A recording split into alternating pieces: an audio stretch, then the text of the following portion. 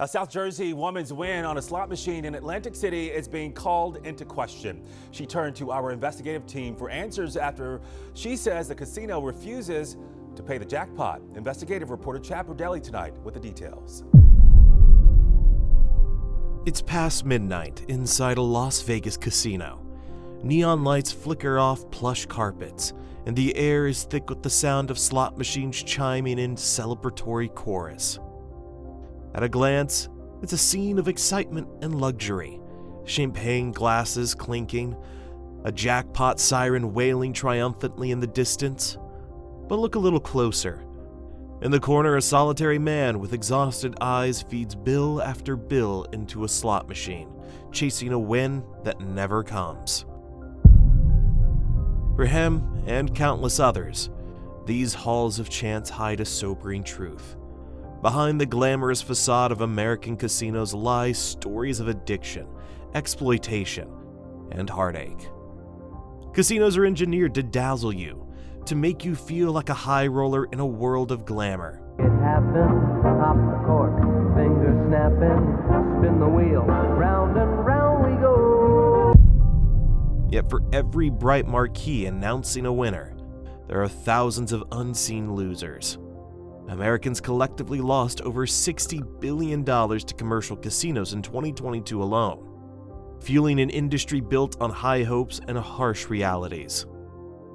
Step inside and you're greeted by opulence, lavish decor, sparkling chandeliers, and the fantasy that anyone can strike it rich.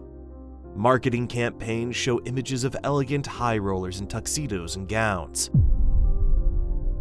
Hollywood reinforces this mystique, with scenes of suave gamblers and massive wins. But the reality on a casino floor is often far less glamorous. The typical patron isn't James Bond. It's ordinary people, sometimes senior citizens spending lonely hours at slot machines, or local residents wagering paychecks in hopes of a lucky break. The big wins plastered on billboards are the rare exceptions. The house edge ensures that in the long run, the casino always wins. In fact, nearly all those glittering resorts and fountains on the Vegas Strip were paid for by losses from everyday gamblers. The glitz masks a sobering fact. Most players will walk away with lighter wallets, if not devastated ones. The allure of luxury is itself a psychological hook. Casinos lure high rollers with free suites, gourmet meals, and a VIP treatment. A taste of the high life that keeps them coming back even as their fortunes dwindle. One infamous example is Terrence Watanabe, a Nebraska businessman who was courted as a VIP in Vegas. Over the course of 2007, Watanabe lost an astonishing $127 million in a single year of gambling. Casinos allegedly plied him with endless vodka and even prescription painkillers to keep him at the tables. Even when he was too intoxicated to make sound decisions, they treated him like a king in his own words, until he had gambled away a personal fortune. Watanabe's story may be extreme, but it exposes a broader truth. The illusion of glamour can become a trap. The high roller lifestyle that casinos glorify, persuading gamblers to play longer, bet bigger, and ignore the mounting losses. Meanwhile, for many visitors, the supposed luxury is superficial.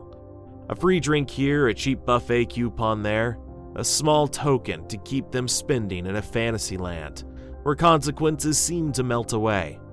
Once the initial dazzle fades, many casino goers find themselves ensnared by something far more insidious: gambling addiction. Modern casinos are not mere venues for entertainment. They are carefully calibrated environments designed to foster a state of compulsive play. For a vulnerable subset of patrons, a fun night out can spiral into a life-altering problem. Gambling addiction, clinically known as gambling disorder, is a recognized mental health condition, and it's alarmingly prevalent. According to the National Council on Problem Gambling, about 2.5 million US adults, 1% of the population, meet the criteria for severe gambling addiction in any given year. An additional 5 to 8 million, roughly 2 to 3%, have mild or moderate gambling problems, struggling with gambling to a harmful extent even if they haven't hit rock bottom yet. What do these numbers mean in human terms? They translate to millions of personal tragedies, families torn apart by financial ruin, relationships scarred by lies and betrayals, careers and reputations destroyed. The emotional and financial toll of compulsive gambling can be devastating. Problem gamblers often resort to extreme measures, secret loans, maxed out credit cards, even theft, to fuel their bets or cover losses. Many chase their losses in a futile effort to win it all back, only digging a deeper hole. Bankruptcies, foreclosures, and homelessness can result when debt piles up beyond recovery. The psychology of gambling addiction reveals why it can be so overpowering. When a gambler hits a win, even a small one, their brain releases a surge of dopamine, a chemical associated with pleasure and reward. The rush is intense but fleeting, and it conditions the brain to seek it again. Over time, gamblers can become trapped in a cycle of craving that rush, needing bigger bets or longer sessions to get the same thrill. Cognitive distortions play a role too. Many gamblers fall for the gambler's fallacy, the belief that a string of losses means a win is due, or that they can somehow beat random chance with a lucky charm or system. Such illusions of control keep people hooked even when reason tells them the odds are against them. Casinos, of course, are more than happy to encourage these dangerous beliefs. This is where psychological manipulation and the house's tactics intertwine with personal addiction. A lethal combination that stacks the deck against the vulnerable. No detail inside a casino is there by accident. From the carpet pattern to the cocktail service, everything is meticulously engineered to keep gamblers in a trance-like state, spending money for as long as possible. It's often said that casinos don't have clocks or windows, and it's true. Walk into a large casino and you'll be hard-pressed to find any reference to time or the outside world. Day and night blur together under the perpetual casino lights. This is by design. When you lose track of time, you lose the cues that tell you to stop. You're less likely to think about responsibilities or how long you've been playing. The result? Hours pass and gamblers who intended a quick visit may find themselves still at machines at 3 a.m., chasing that next win in a timeless bubble. And what an overstimulating bubble it is. The moment you step onto the casino floor, your senses are bombarded. Lights flash in vibrant colors, slot machines and table games emit a constant cacophony of jingles, bells, and cheers. It's not just atmosphere, it's behavioral science at work. Studies have found that the combination of flashing lights and celebratory sounds can spur people to take more risks, essentially encouraging more reckless gambling decisions. Every small win is exaggerated, with ringing noises and blinking lights, creating a false sense of accomplishment. Even when a slot machine pays out just a few coins, less than what was bet, it might light up and play a victory tune, tricking the player into feeling like they've won, when in fact, they lost money overall. Psychologists call this losses disguised as wins. The goal is to give intermittent rewards that keep players excited and hopeful, just like lab rats hitting levers for the occasional food pellet. It's a powerful conditioning loop. Reward, anticipation, near miss, repeat. Consider the phenomenon of near misses. If you've ever played slots, you know the feeling. The reels show 777 and just miss that last 7. The machine teases you with an almost jackpot. Far from discouraging you, research shows these near misses actually light up the brain's reward centers nearly the same as an actual win would.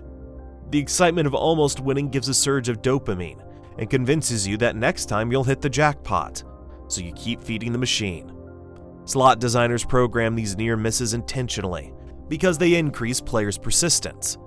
It's a psychological manipulation at its most subtle. You're being rewarded for losing. Other tricks abound. Casino floors are often laid out like mazes, winding paths of slot banks and table games that make it hard to find an exit, or that elusive restroom. As you wander the labyrinth, you're exposed to more tempting games at every turn.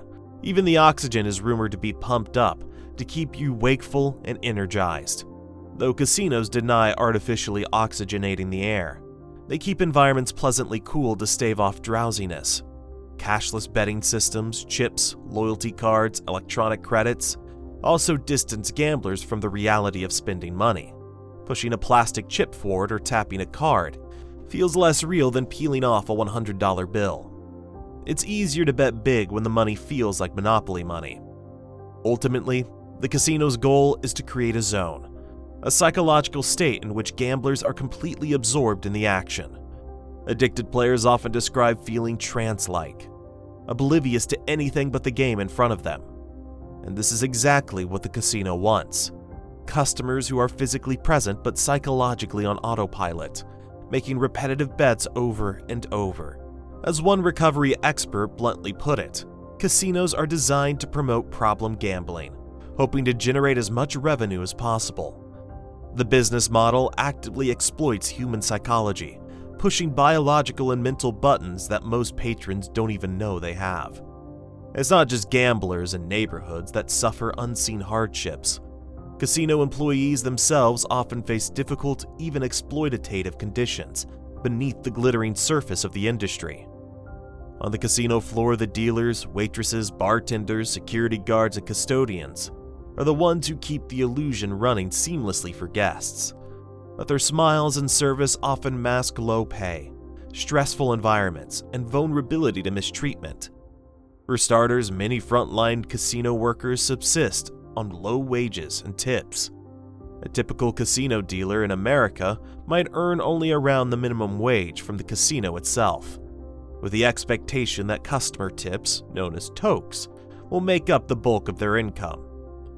In a booming casino at a good night, tips can indeed be substantial. However, that income is unpredictable and comes with its own issues. Most casinos require dealers to pool tips, sharing them across their shift or team. This can breed resentment and reduce the incentive for excellent service, since a superstar dealer makes the same pooled rate as a mediocre one. It also means that an individual employee's pay is partly at the mercy of how generous patrons feel, something largely out of their control. And if a casino isn't doing brisk business or caters to a clientele that doesn't tip well, those workers may be struggling to get by while the house rakes in profits. It's an uncomfortable truth that the person handing you your chips or dealing your blackjack may be worrying about making rent tonight, even as tens of thousands of dollars move across their table. Beyond pay, there are working conditions to consider. Casinos operate 24/7, which means many employees endure graveyard shifts, long overnight hours that can disrupt family life and health. Dealers and servers are on their feet all day in a sea of secondhand smoke. Despite some improvements, many casinos still allow indoor smoking or have smoky atmospheres. The job can be physically demanding. Heavy trays for cocktail servers, repetitive motions for dealers, and mentally exhausting, as many staff must maintain a friendly, unflappable demeanor amid crowds that can include angry losers or intoxicated guests. Abuse from customers is not uncommon. A dealer might be cursed at by someone who lost a bet. A bartender might fend off a drunken advance. Unfortunately, some casino management historically turned a blind eye to such behavior from high-paying customers, expecting staff to smile and take it, as part of the service industry. The next time you find yourself in the lush realm of a casino, take a moment to see beyond the spectacle. Notice the man staring blankly at the spinning reels, the custodian sweeping up cups at 4 a.m., the pawn shop just down the street from the casino's grand entrance. There are stories in those shadows, stories of hopes, delusions, and often pain. And in the end, the house doesn't just take our money. If we're not careful, it can take a piece of our humanity.